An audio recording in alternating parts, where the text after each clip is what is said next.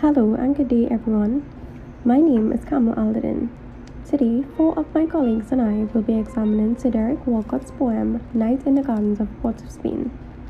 My colleagues are Kayoum de Graff, Sebro, Dariah and Kimberlee Ferguson. This video seeks to expose local and foreign literature enthusiasts to the Caribbean and its literature. As such, the video begins with a brief biography on Sir Walcott, followed by a reading of the poem.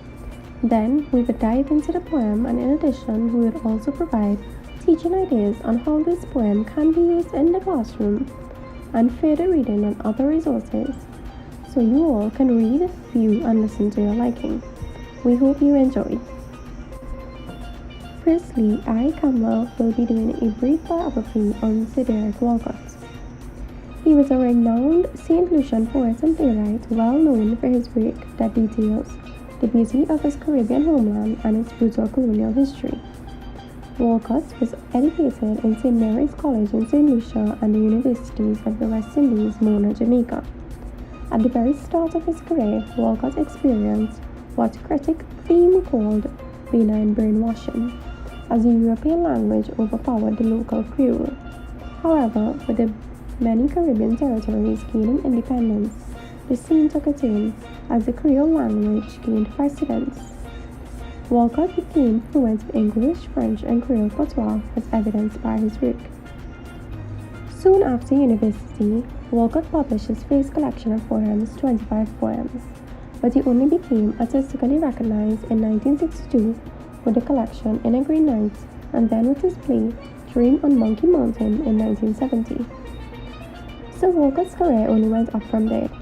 He was able to establish the Trinidad Theatre Workshop in 1959, which has been showcasing and promoting playwrights from the Caribbean from its very inception. Walcott's work was being read and admired globally. Due to his recognition, Walcott additionally taught at schools in the United States of America and the United Kingdom. During his time at Boston University as a literature teacher, Walcott also founded the Boston Playwrights Theatre. In William Bayer's collection of Walcott's interviews, Conversations with Derek Walcott, he stated that in interviews, Walcott carefully discusses the use of folk materials in his work, the problems of racial prejudice, Caribbean and world politics, his feelings about crafts and creativity. These themes we can also see are present in Walcott's writing. Throughout Walcott's career, he has written and published numerous collections of poems and plays that made him the recipient of many prestigious awards, the most recognized being the Nobel Prize in Literature, won 2 years after the publication of his epic Omeros. Omeros is one of Walcott's epic poems that is said to lightly reference Greek author Homer and some of his characters from the Iliad. In his 1992 Nobel lecture, Walcott describes poetry as perfection sweat, but which must seem as fresh as the raindrops on a statue's brow. Additionally, he praises Port of Spain and the plains of Caroni, but more broadly, he makes it clear that the stereotypical Caribbean image is more than just blue water, sun, straw hats, and the banana boat song. Considering Walcott's influence on the Caribbean literature, 2 years after his death, the first annual Derek Walcott Prize for Poetry was given to a young poet by Aerosmith Press, together with the Boston Playwrights Theatre and the Derek Walcott Festival in Trinidad and Tobago. Walcott's appreciation and preservation of Caribbean culture is articulated in his works that are studied and praised globally. In his work, The Antilles, Fragments of an Epic Memory, written in 1992, he beautifully claims visual surprise is natural in the Caribbean. It comes with a landscape, and faced with its beauty, the sigh of history dissolves.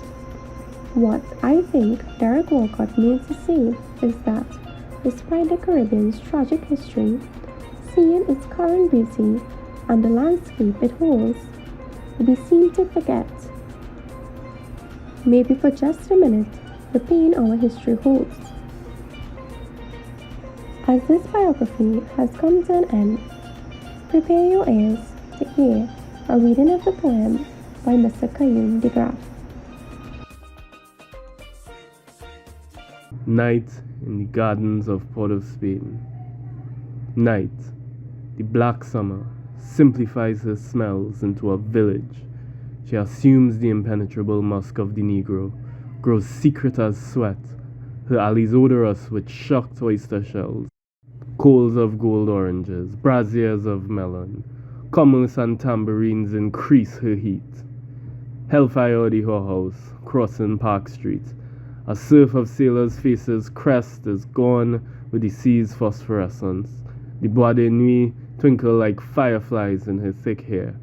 Blinded by headlamps, deaf to taxi klaxons, she lifts her face from the cheap pitch oil flare toward white stars like cities, flashing neon, burning to be the bitch she must become. As daylight breaks, the turns his tumbril of hacked, beheaded coconuts towards home. My name is Sebro and I will be doing the interpretation of the text. Night in the Gardens of Port of Spain depicts the nightlife and its activities in the city of Port of Spain. The poet, Derek Walcott, personifies Port of Spain as a woman, and we are taken on a journey to embrace the attributes of this woman that is worth sharing. The visual imagery shows the author identifying location and a vivid description of the surroundings. Line 10, which mentions the sea's phosphorescence, tells us that Port of Spain is situated by water. Lines 9 and 10, which mentions the boîte de nuit tinkle like fireflies in her hair, shows that the area is well lit due to an existing nightclub. Line 3, which mentions Mosque of the Negro, shows the type of people that frequent the area. The olfactory imagery strengthens the visual imagery by adding the sense of the food that perfumed the air. In line 4, Walcott mentions her alleys odorous with shocked oyster shells. The auditory imagery allows readers to know how busy and noisy the atmosphere was.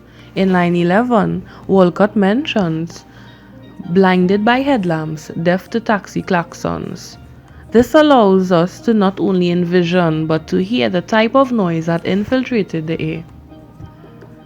The use of language in this poem is different as the author uses his own personal metaphors to describe a place that many may not be familiar with. Now for some literary appreciation.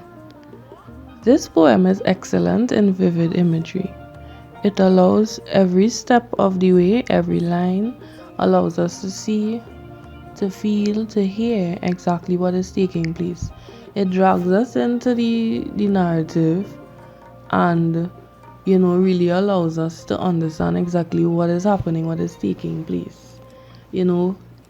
Night in the Gardens of Port of Spain, reading it with your eyes closed, or hearing it with your eyes closed, for better words, we really get to envision, the alleys. It really allows us to envision, the fireflies in her thick hair.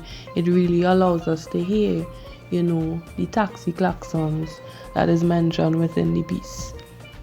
Another thing to note is that this poem is not written for a local audience. This poem is very much for a foreign audience in terms of all the descriptions. This is something that somebody who lives here would know. Somebody who lives in Port of Spain, who would frequent Port of Spain, would know of these things, would know of how the place would smell, would know how it would look, would know of the noises, so indeed it is not written for us, but is written for a foreign audience. Hence the reason we chose this poem, to be able to give our foreign readers an insight of the Caribbean and of our culture. With that being said, it is within the last 3 lines or 4 lines reading from the poem. She lifts her face from the cheap pitch oil flare toward white stars, like cities flashing neon, burning to be the bitch she must become. These lines are so important in terms of us understanding that we are being compared, or the bitch that she must become. We would think that is a city that never sleeps. This place, if we think about New York as a city that never sleeps, in a way the poet is comparing us, or allowing readers to see that this is where this place, this Port of Spain, this village is headed, as a city that never sleeps, as a place that has all these activities, but in the night time. It allows the readers to view and see exactly what is happening every step of the way, but also him saying that she hasn't fully developed yet, and this is where she is heading. Hi, good day. I am Kimberlee Ferguson, and I will be discussing the cultural aspect of Dr. Walcott's poem that is based on Port of Spain. It can be inferred that cultural identity is the ongoing transference of learned and patterned beliefs, values, attitudes, and behaviors from one generation to another. It is significant to a person's sense of belonging as they share such attributes with a particular social grouping. These social groups can be formed based on factors such as ethnicity, social class, religious beliefs, as well as gender and age. Dr. Dariah Walcott, a renowned Caribbean writer, used cultural identity as a recurring theme in many of his writings. For example, in his poem Nights in the Garden of Port of Spain, he discusses the nightlife of Port of Spain. Port of Spain is the capital city of Trinidad and Tobago and is known for its ostentatious carnival festivities with calypso and soca music, which was originated in Trinidad and Tobago. Dr. Walcott migrated to Trinidad and Tobago in the year 1953, and so in this poem, he represents the nightlife of Port of Spain based on that particular period. At the beginning of the poem, he discusses the arrival of a woman onto a crowded street, masked with humid air and filled with aromatic odor. He then mentions that on that street there is commerce and tambourines present. In Trinidad, it is a custom to sell food and drinks on streets at night, especially on the weekends when it is busy and filled with excitement. Port of Spain is typically known for its unique and divine cuisine. This notion is not limited to Port of Spain only, but can be found in many other places in Trinidad. Wherever there is a large grouping of people, food, drinks, and music are present, hence Dr. Walcott's Lord of the City. The writer went on to state that the night is also filled with sinister activities and a hint of sexual charge is in the air.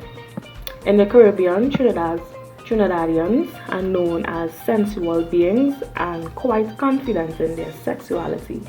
In the past, Port of Spain was home to many mulattoes that migrated from rural areas to work as prostitutes in hopes of forging a better livelihood. Though this ordinance was abolished in 1887, Port of Spain was still left with a sense of sexuality, which then, by extension, led to the formation of brothels incorporated into bars and, in some instances, mundane housing situations. Trinidad is also known for condoning illicit acts, Port of Spain being one of the main areas. At the end of the poem, the poet states, "As daylight breaks, the coolie turns towards home."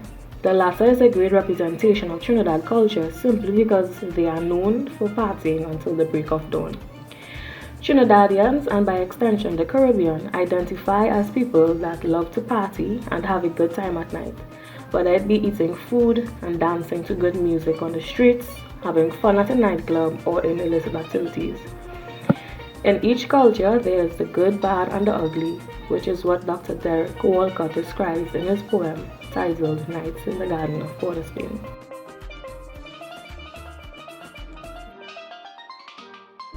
In this section, we would discuss how the text could be used in varying classrooms. Firstly, we talk about the literature classroom. Due to the historical limitations such as geography, language, and topic, the Caribbean writer was once unpopular. Over the years, there was a gradual shift and, if not acceptance, accommodation. Initially, European writers created their own narratives. Then there was a midpoint where somewhat more authentic narratives were created, where colonized were given a place in literature, although it was usually a misinterpretation as narratives were controlled by the colonizers, who viewed the colonized as barbaric, uneducated, and sometimes demonic. In present day, there's a more accurate representation of characters as the colonized are now given a chance to speak for themselves. Voice is now being given to the voiceless. They are able now to control narratives as they are allowed to tell or retell stories from their own perspective. As changing geographics occur due to the expanding Caribbean diaspora, there has been a somewhat global acceptance of the Caribbean writer. Additionally, this has led to the explosion of literary canons as there is a collapse of constraints on code choice in written discourse as socio-historical changes have occurred. What this means is that it is now acceptable for Creole to be used in literature with little repercussions to its popularity. Additionally, topics such as folklore, the Caribbean landscape, and slave narratives are now accepted internationally. As a result of this, migrant writers now have an advantage to create hybrid work comprising their knowledge of both cultures. Local or Caribbean writers now have the ability to write their own work in their own tongue. Additionally, foreign readers are now able to get a taste of the Caribbean writing and the Caribbean experience from our perspective.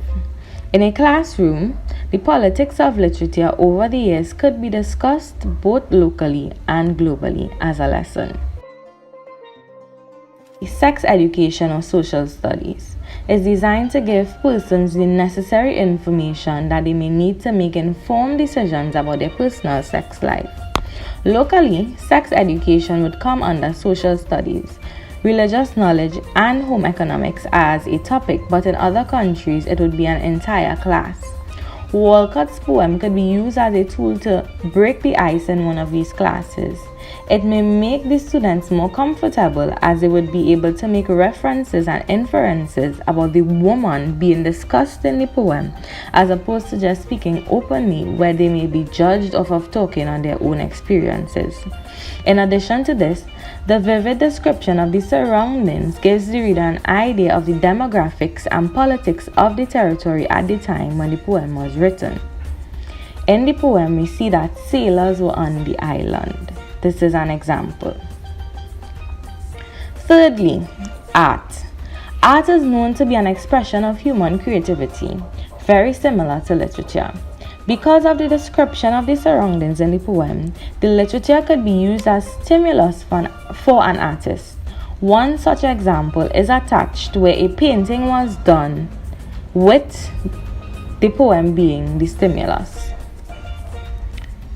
Theatre art / drama. Drama is known as real life, whereas theatre is drama rehearsed and put on stage for an audience.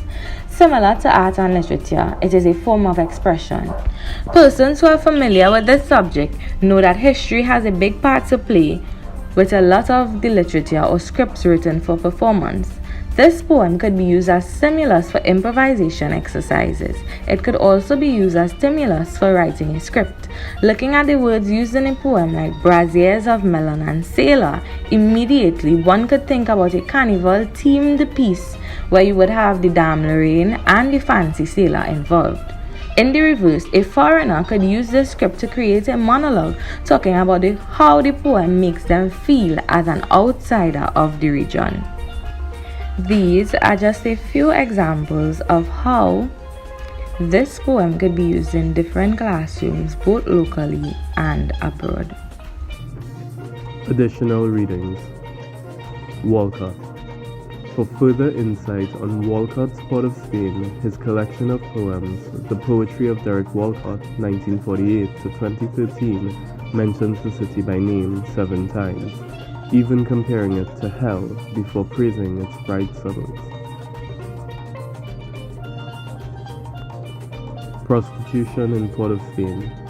The necessity of sex work for underprivileged women is at the forefront of the piece, and although such work is frowned upon in polite society, it is something that makes those places where it is found infamous. Charlotte Banks, an historical and contemporary overview of gendered Caribbean relations, and Sandra Reed's drug use, sexual behavior, and HIV risk of the homeless in Port of Spain, Trinidad, sheds further light on these harsher realities of life. Port of Spain. For some history on the illustrious city of Port of Spain, the first volume of Michael Anthony's The Making of Port of Spain, The History of Port of Spain, gives great information on the origin and development of Trinidad and Tobago's capital city. More Caribbean authors. The islands of the Caribbean, while physically and culturally distinct, often have similar shared experiences by virtue of having endured colonization at the hands of Europeans. Some of the most prolific Caribbean poets include Lorna Goodison, Kamla Brathwaite, and Olive Sr.